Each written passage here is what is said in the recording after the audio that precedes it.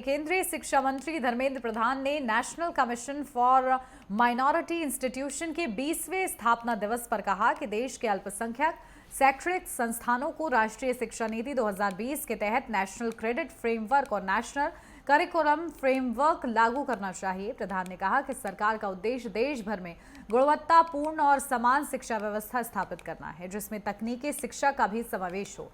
उन्होंने यह भी स्पष्ट किया कि सरकार को इस बात से कोई आपत्ति नहीं है कि मदरसों के माध्यम से छात्रों को शिक्षा मिले, लेकिन इन संस्थानों में भी एनसीएफ लागू होना चाहिए। प्रधान ने आगे कहा कि सभी शिक्षण संस्थानों में नैतिक शिक्षा और तकनीक का प्रयोग बढ़ाना जरूरी है। उन्होंने यह भी बताया कि 2024 के अंत तक देश में 14,049 अल्पसंख्यक शिक्षण संस्थान हैं और इन संस्थानों को शिक्षा के मानक में एकता लाने की दिशा में और तेजी से काम करना चाहिए। नेटवर्क 10 के संवाददाता ने भारत के जैन धर्मगुरु उपाध्याय रविंद्र मुनि से खास बातचीत की है। मित्रों, पिछले 10.5 साल से लगातार तीसरी बार देश की प्रजातंत्र ने माननीय प्रधानमंत्री नरेंद्र मोदी जी को दायित्व दिया है, निर्वाचित करके दायित्व दिया है और आप लोगों की सदिच्छा और समर्थन के कारण ये संभव हो पाई है। प्रधानमंत्री नरेंद्र मोदी जी की एक मंत्र रहा है, जिसके कारण आज देश में एक नई विश्वास जन्मी है। सबका साथ, सबका विकास, समानता के बारे में, अधिकार के बारे में संविधान हो या देश की सभ्यता की परंपरा से अनेक मिसाल है। एक नेतृत्व, एक दीर्घ दृष्टि रखने वाला नेतृत्व बीच बीच में उसको परिभाषित करते हैं।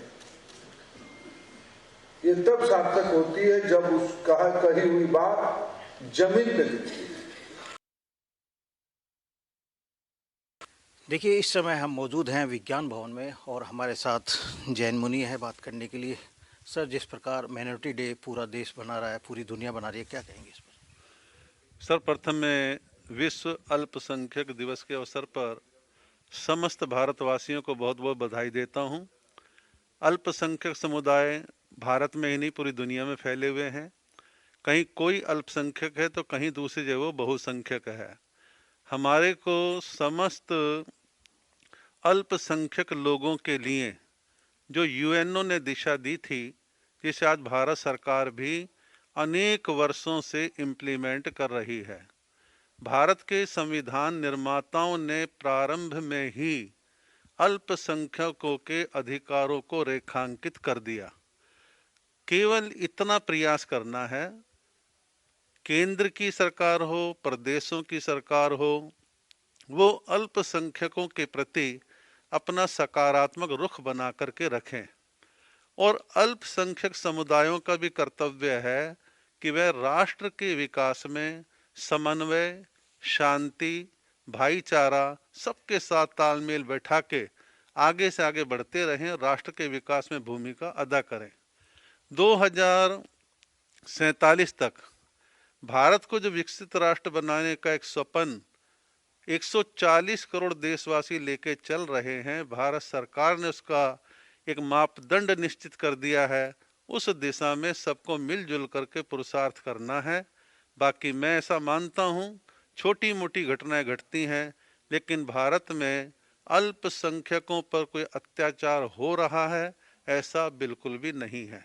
अच्छा गुरुजी, इस प्रकार शिक्षा मंत्री धर्मेंद्र प्रधान यहाँ पहुँचे थे और आपने भी एक जिक्र किया था अपने वक्तव्य में कि हम जो है 2000 से ज़्यादा शिक्षा यूनिवर्सिटी वगैरह स्कूल चला रहे हैं, उसके बारे में थोड़ा सा प्रकाश। हाँ, जैन समाज की एक संस्था है बीजेएस, भारत जैन संगठना। उसने आज से 5-7 साल पहले पूरे देश का एक सर्वे किया था और समस्त जैन शिक्षण संस्थान, स्कूल, कॉलेज, यूनिवर्सिटी, उसका डाटा, उसका रिकॉर्ड उन्होंने इकट्ठा किया। आज भी उन स्कूलों, कॉलेजों, यूनिवर्सिटियों के स्टाफ को, टीचर्स को, प्रोफेसरों को लगातार वो लोग प्रशिक्षण देते हैं। आप क्वालिटी एजुकेशन कैसे दें, लोगों में, बच्चों में नैतिकता कैसे बढ़े, अनेक तरह के प्रयत्न वो लगातार करते रहते हैं। मैंने वो आंकड़ा प्रामाणिक तरीके से वहाँ से लेकर के पब्लिक को बतलाया और शिक्षा संस्थाएं ऐसे काम निरंतर कर रही है। शुक्रिया बात करने के लिए।